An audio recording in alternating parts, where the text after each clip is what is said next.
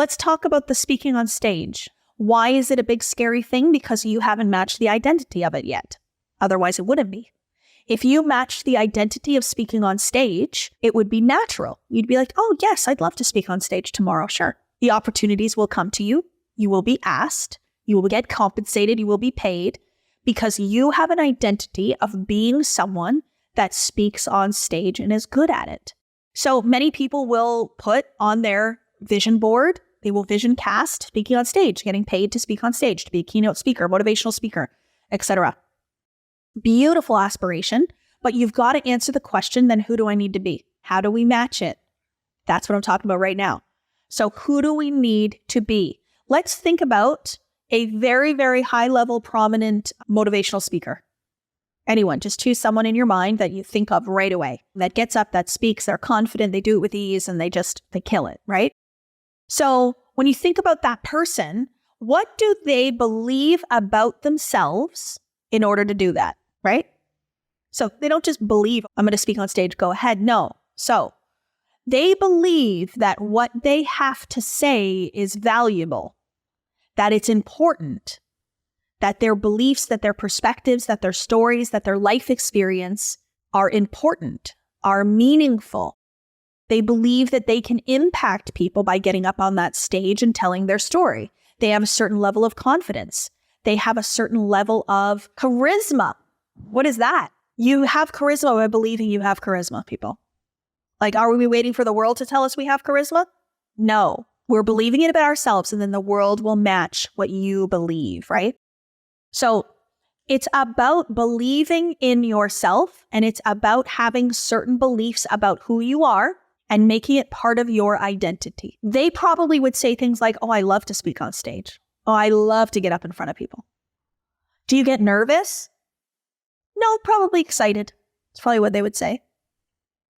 So see the difference between like asking for an experience of speaking on stage, but we must become the version of ourselves that would speak on stage. And where do we become that? In our imagination. If you're waiting for the world to confirm an identity to you, oh my, you're going to be waiting a long time. The effortless way is to assume something new about yourself. Change your assumptions about yourself, convince yourself it's real and true, and then be it. So the speaking on stage then, visualize yourself up on that stage speaking with ease, with comfort, with conviction, with power. Write out your speech.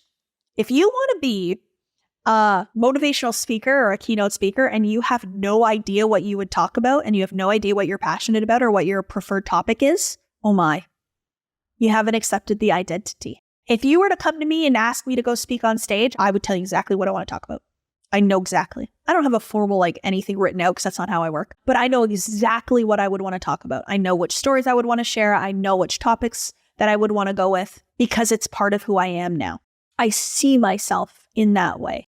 The other thing with imagination, though, is you must be in the imagination, coming from the fourth dimension, and not being out of it and observing, looking at it, right? So when we think of speaking on stage versus thinking from speaking on stage, see the difference? So when I'm thinking from speaking on stage, I'm literally imagining myself on the stage. So I look down and I see my shoes. I look in front of me and I see an audience and bright lights. I'm not sitting in the audience watching myself speak on stage. You're dissociated from your visualization if that's what you're doing. You want to be associated. You want to be in it. You want to see it through your own eyes, like it's happening right now. So probably what you did when you did the lemon visualization is you were focused upon the lemon. You weren't actually seeing your whole body. It was like in your hand here. So really big, beautiful distinction is really, really powerful. So financial freedom is a experience that you'd like to have, right? And financial freedom also is a lifestyle and it is prosperity. So prosperity is something that you have. It's a feeling. It's an experience. Prosperity is something that you have when your money is spent. Because if you don't spend any money, you're not going to feel very prosperous. You're going to feel tight. So this is why there's a lot of people that have a lot of money that never want to spend and they don't feel prosperous because they're tight. They're still in fear. They still have that fear and that lack mentality, even though they have quite a bit. So with anything, you're going to imagine yourself as someone with financial freedom. So here's an example. Kathleen Cameron, 4 or 5 years ago, was a registered nurse working in healthcare. I had received several promotions. I had just been promoted to director for healthcare administration. And I was making about $97,000 a year, I believe was my salary. And I saw myself as successful. Yes, I would say I was successful. 2 bachelor's degrees and a master's degree, multiple certifications in my job, in my career. All of the writing on the wall would say, Kathleen, yes, you are successful. And financial freedom, sure. Some would say that. The old me that used to make $30,000 a year would have said, wow, you're making like $100,000, you're rich. So that was an identity. That was a way of being and a way of existing. And so I attracted more of the same, stayed at that sort of level until I didn't anymore. Until I chose to see myself as a millionaire entrepreneur. So seeing myself as a millionaire entrepreneur, I started to want to make $100,000 in a month, not in a year. It's a shift in my thinking. All I did was remove the cap on the limitations of the amount of success I was going to allow myself to have. So I started to dream about $100,000 a month instead of $100,000 in a year. And the more I started to dream about that version of me, the more I started to understand that she's different. She thinks different. She takes bolder risks. She starts her own business. She starts her own company. She hires a marketing company to come in and do her website and her landing page and da-da-da-da-da-da-da.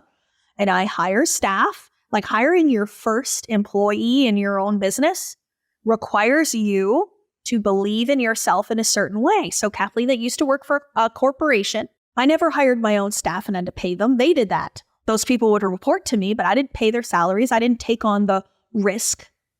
So do you see how all of these identity shifts, like I had to start seeing myself differently, accept new identities of who I am and the ways in which I'm going to behave in order to bring the financial freedom in. So what I see a lot in this manifestation space and in this manifestation world is, I want to be the same person that I am today in every single way, and I want to be financially free. It doesn't work that way.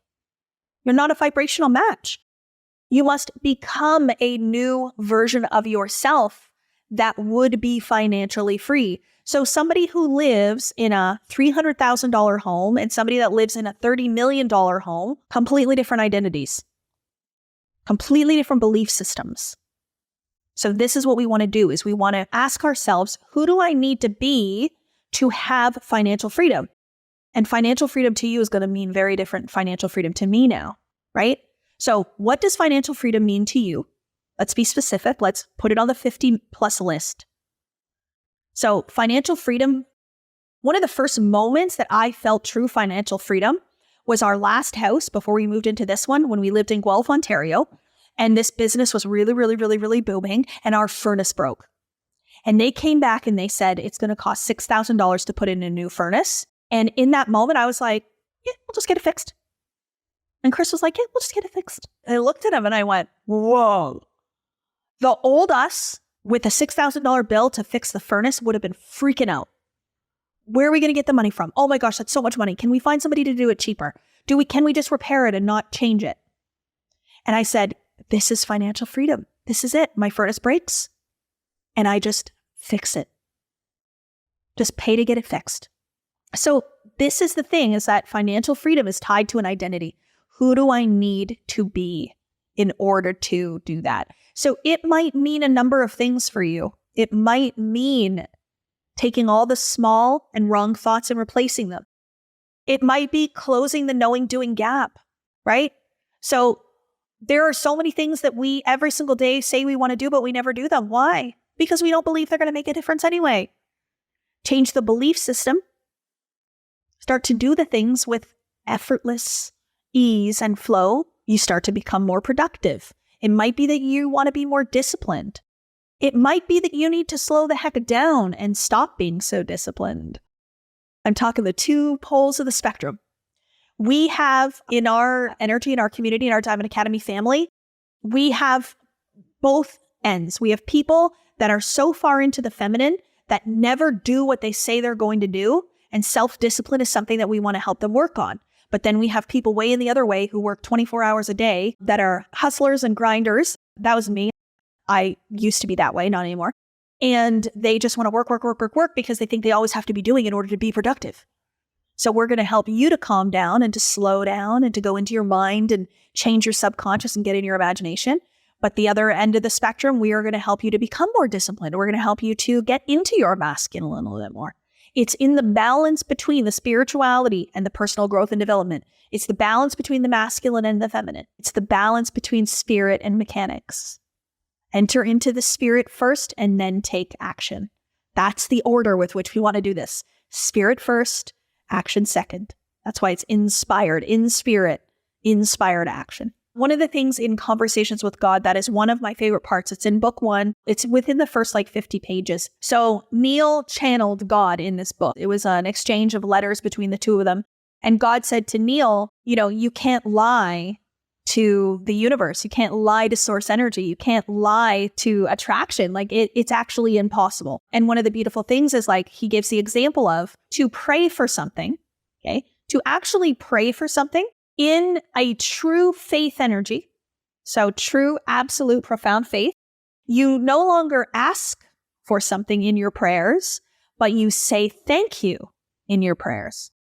Because to ask for something is in the assumption that you might not get it, but to say thank you for something is in the assumption that everything I ask for is always given.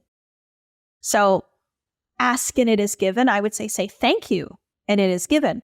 So what he says in Conversations with God, which is really, really powerful, he says, if you say thank you, God, for XYZ, thank you, universe, for XYZ, but you're very clearly in the energy of, but I don't have it, so I'm just pretending to thank you for it because I know that I should, you can't lie. That energy does not lie. So really, to be in a state of faith is to truly believe that everything you want, you will have. That is one of the most profound beliefs. If you don't believe that right now, I would convince yourself of its truth. I believe that everything I write down, I have in my human experience. Everything I ask for, I get. Everything I write down, I will experience every single time. So now I say thank you all the time. I'm not sitting here going, please deliver XYZ to me. I'm saying, thank you so much for XYZ. So one thing I did after I read that part of Conversations with God, I wrote down on a piece of paper, what am I thanking God for today? For all the things that I currently observe and all the things that I'm not currently observing, but I know are done. Your energy cannot lie. So don't lie to yourself. Be honest. Be really, really honest. We become better by helping other people become better. So whatever way in which you want to do that, whatever your purpose, your passion, your calling is, whatever language feels good for you, that is how you're going to help people. And that is how you're going to then become a better elevated version of yourself. There's so much clarity in identifying the areas of your life that you really, really love and the areas that you wish to change. So if you find that you are kind of tied to a certain place with your business, but you want to have mobility freedom, one thing that meant a lot to me is I wanted to be able to travel the world and run my business. I don't want to have to be here in this office. I want to be able to physically do it from anywhere. So I actually have a luggage that has a ring light, a travel microphone, an extension cord, a stand. I have it all in there that stays in the luggage. And then I just put other things in with it, that I've created this mobile way of doing this. I haven't done a live event in this office actually in a little while. So that's a beautiful way of knowing what it is that you truly desire and what do you want to do. So with many of these things then, right, there is a way in which now you need to be in order to have, to achieve, to experience those things. So some of these things are just simple shifts in your consciousness. So to experience more joy, on a daily basis. You don't need to change a single thing in your life, but to choose the experience of joy more often. And so what'll end up happening there is a shift in perspective will bring you more joy. So you could choose to do things that make you experience more joy in your life. You might choose to take things out of your life that don't bring you joy. So there's like high vibe things that we do and like low vibe things that we do in our lives. So if you filled your whole life up with low vibe things that you don't like to do, start to get rid of some of those things. Start to do the things that you actually enjoy. That's one thing that I found as I've ascended in my consciousness and grown my business and elevated into higher and higher levels of identity is I've put things on my list based on what I know I love and I don't love to do. So I still love to do my social media. So I'm not going to put on my list that one day that I want somebody to take over my social media 100%. Why would I do that? It brings me joy. I love to see the messages. I love to see the reactions. I feel like I'm in my community on my social media. That's where I feel like I'm immersed in my community. So I'm not going to ask for my future self to replace that. But what I will do is I will ask for someone to maybe deal with like accounting or to maybe help me with some of the tedious stuff around sending out emails. Like I don't love that. So when you think about your business and you think about delegation, because hey, when you grow a business, when you become a more and more successful business owner, you must delegate. You cannot control it all. You must be able to bring people on. You must become a leader and you must bring people on and you must delegate. It's so important in leadership, especially building a multi-million-dollar business. So with that being said, I know exactly what I do and do not want to delegate. I know from my business today, right now, what I'm going to delegate, and then I know what $100 million business will delegate. So creating that kind of roadmap now is really brilliant. So even with this work that we're doing, how we're talking about our life that we want and all of that kind of stuff, you can even do this with a future state. So you can create an organizational chart for your future self, for your future business. That's exactly the same thing. So you know exactly who you're going to hire, when you're going to hire, and how that's going to work. To exist without resentment, without guilt, without shame, without fear, without doubts, and without worries is freedom. It really is. It's calmness and peace of mind. And will there be situations where you'll be tested? Yes. Will there be situations where the world is going to say, hey, this is a moment for you to define who you're going to be today? And so you say, well, an opportunity to prove what I say about myself is true. You felt this knowing, this calmness, this gratitude, this joy. And so it doesn't mean that life outside is forever going to match that. There will forever be the ups and downs of life. But now, in a moment where something contrasting shows up, I'm going to say, this is an opportunity for me to prove what I say about myself is true. That I'm grateful, that I'm loving, that I'm caring, that I'm empowered, that I'm inspired. And so then we move through the contrast of life in a completely different way. So it's really, really beautiful when you start to understand this work and how it works. We can actually change our experience of life in this moment without actually changing anything but our mind and our thinking. And then when you start to master that, then we can actually master the art of physical manifestation. So create your own reality, to me, has kind of like these two parts. There's the creating your own reality in your mind based on your perception and your higher intellectual faculties and living from new thoughts and new ideas and all of that. And then there's the create your own reality in terms of physical manifestation. So this is now the money, the clients, the homes, the health, the physical things that we desire. So we're going to do both, but I want you to experience both. I don't want you to just be happier. I want you to be happier and then wealthier. I want you to be happier and then have a burgeoning business. I want you to be happier and then I want you to experience being in that magazine or being in Times Square or whatever, getting that award, whatever feels good for you. That's what I desire for all of you, to physically manifest on top of more spiritual alignment, connection, and creating your own reality in your mind. But then I also want you to ask the question when you step back and you look at this life that you want to have, who do I need to be? And what's really, really fun about asking that question is that you can look to other people in your life and in your world and in your aura, and you can actually use them as an example of some of the things that you notice about them that you think would be good for you to believe about you. So this isn't about becoming more like so-and-so. No, we want to be amplified versions of ourselves. We want to become more and more of who we really are, but they're a reflection of you. So people come to me and they say, oh my gosh, Kathleen, I just love your confidence. And what will I say back to you? You are observing my confidence because that confidence is available in you, or you wouldn't see it. So you like mine because you have that level of confidence within you. I am merely reflecting it. So you're going to look at the people around you that inspire you, that empower you, that motivate you, that you look to as examples of what you would love to experience for yourself. And you're going to realize, oh heck, that's been in me this whole time. I can do that. I can be that without a shadow of a doubt. I can show up in that way. A lot of people within my Diamond Academy family right now are having these incredible shifts in their awareness. And they're starting to show up in a way that matches the future state. So if you aren't making moves in your life, if you aren't making decisions, if you aren't showing up differently, ask yourself, why not? Why not? What is keeping you making the same decisions, doing the same thing, showing up in the same way every day? It's all about your assumptions. It's all about what you believe to be true about yourself. So if you believed something different, you would move differently.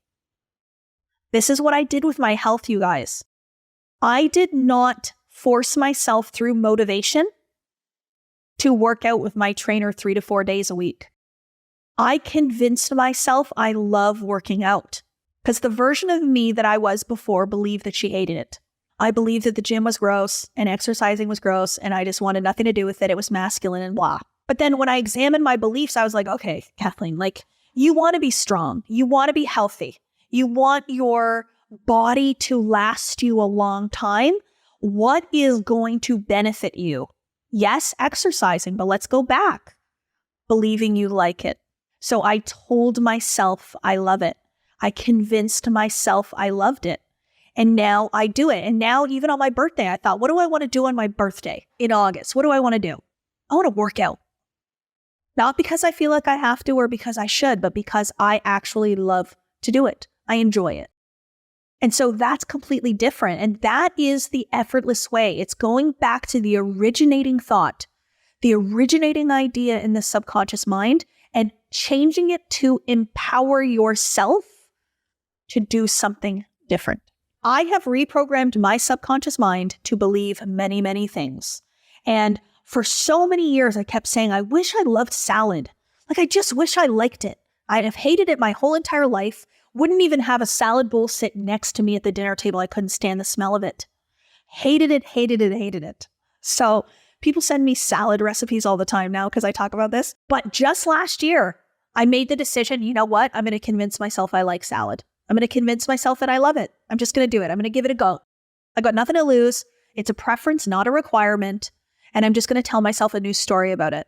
And I'll never forget the very first Caesar salad that I actually tried was at Blue Blood Steakhouse at Casa Loma in Toronto. My sister ordered it. And that was a moment of self-definition because I was telling myself that I liked it. There had to be a moment that I was going to have to put it in my mouth. I had to self-define. So Carly was ordering a salad and I was like, okay, I guess I'm going to try your Caesar salad, Carl. And I took one bite of that and I was like, that was not so bad. That was not so bad. And then another bite and it was like, oh, okay, this is good. Now I'm obsessed with salads, you guys. I can't get enough. They are like my favorite food. I've got 40 years of not eating them to make up for. No, but truly, I truly do enjoy them now. So I'm using exercise as an example, salads as an example. I'm using success and showing up as an example. But there's always going to be that moment of self-definition, that moment where you get to prove who you are and who you're going to be. And that is a pivotal moment. And the more that you self-define, the easier it gets. And eventually that's just who you are now. It becomes natural. So the naturalness of who you believe yourself to be will determine the effortless way with which life happens for you. One thing that I want to end with is a little exercise and a little fun thing that I have done for the past 4 years. And that is to decide upon a word for the following or the next year. So in 2022, I decided that my word was going to be health. So this was before any sort of health challenges presented themselves, before any contrast showed up. But I felt like, hey, my business is booming. I have financial abundance and freedom. Maybe now it's time to actually consider the health of your vessel, Kathleen. I had fallen in love with myself and I was ready to consider health. So I chose my word to be health for 2022. And the universe gave me the opportunity to self-define. And so now I truly do believe I'm a healthy woman. And then in 2023, for 2023, my word that I chose was love. So in 2022, I had that very dramatic lung surgery and was healing for a long time in 2022. But I also, in 2022, had the separation of my marriage and moved out and now only have my daughters half the time and now live alone half the time. So one of the things that I found going into 2023 was that I wanted to experience more love in my life. And that didn't mean romantic love. That meant love in general as an experience. I want to experience levels of unconditional self-love that I'd never experienced before. I wanted to love people unconditionally. No matter if you meet my expectations, I'm going to love you anyway.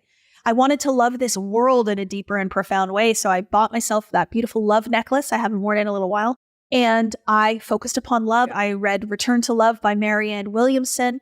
And I had a beautiful year with so much love.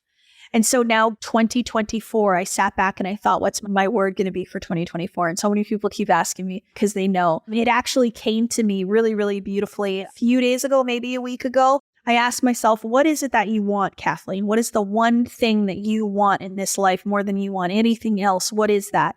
And the feeling that I want is to feel whole. I want to feel whole. WHOLE. I want to experience the wholeness of who I am. I want to feel whole. So I choose this word because I want to experience that, which means I currently do not experience that in my life. So there is still this sense sometimes in my life where something is missing. So that is an experience that I still have. And I'm being just open and honest and transparent with all of you about that there are times when I feel like something is missing. It's not necessarily that abundance is missing. It's not necessarily that love is missing. It's not necessarily a specific thing or a goal that's not being achieved. It's just this feeling that something is missing. And so I don't actually believe anything is missing.